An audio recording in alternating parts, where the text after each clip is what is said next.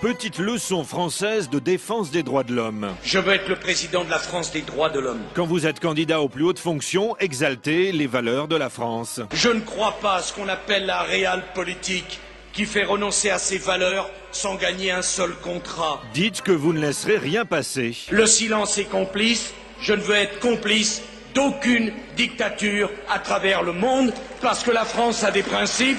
Avoir des principes sans les défendre, ce n'est pas être fidèle à l'histoire et à l'identité de la France. Et c'est donc fidèle à cette histoire et à cette identité qu'aussitôt après le début de la répression en Tunisie, le président de la France des droits de l'homme s'est exprimé il y a quelques jours.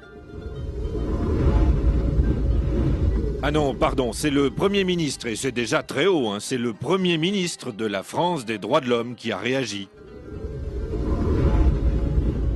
Non, petite confusion, c'est le ministre de la Culture de la France des droits de l'homme qui a dit dimanche au président Ben Ali ces 4 vérités. Je me garderais bien de donner des leçons d'une manière trop univoque. Dire que la Tunisie est une dictature univoque comme on le fait si souvent me semble tout à fait exagéré. Et puis mardi matin, c'est le ministre de l'Agriculture de la France des droits de l'homme qui en a remis une couche. Le président Ben Ali est quelqu'un qui est souvent mal jugé, qui a fait beaucoup de choses.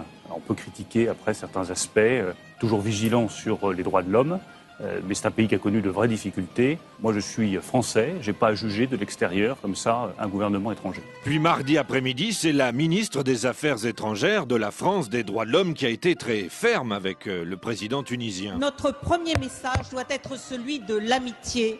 Plutôt que de lancer les anathèmes, je crois que notre devoir est de faire une analyse sereine et objective de la situation. Une fois indignés, on est comme ça, nous les Français, on ne peut plus nous arrêter. Alors mercredi, c'est le porte-parole du gouvernement de la France des droits de l'homme qui a mis le paquet. Nous appelons naturellement à l'apaisement, car seul le dialogue permet de surmonter les problèmes économiques et sociaux en Tunisie. Compte tenu de nos liens d'amitié et compte tenu de notre histoire commune, aller plus loin serait faire preuve d'une ingérence qui n'est pas du tout la ligne de la position de la diplomatie française en la matière. Excusez-nous, monsieur le président Ben Ali, puisqu'on est amis, on peut tous dire, même si ça ne vous fait pas plaisir.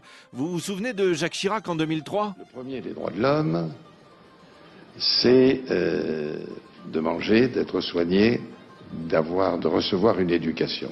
De ce point de vue, il faut bien reconnaître que la Tunisie est très en avance. Excusez-nous, monsieur le président Ben Ali, quand on a des principes, on les défend parfois un peu vivement. Je veux lever mon verre à votre bonheur personnel, lever mon verre au bonheur de votre peuple et de la Tunisie.